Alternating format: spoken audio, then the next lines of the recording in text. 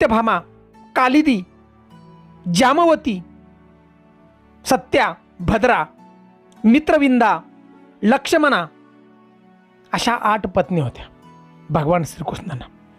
आणि त्याच प्रकारे छत्रपती शिवरायांना सुद्धा 8 पत्नी होत्या. सईबाई, सोयराबाई, सकवारबाई, लक्ष्मीबाई, काशीबाई, पुतळाबाई आणि गुणवंताबाई आणि सगुणाबाई अशा 8 पत्न्या छत्रपती शिवरायांना होत्या. आणि आजच्या व्हिडिओमधून आपण पाहणार आहोत छत्रपतींच्या 8 पत्न्यांचं रहस्यमय अशी माहिती.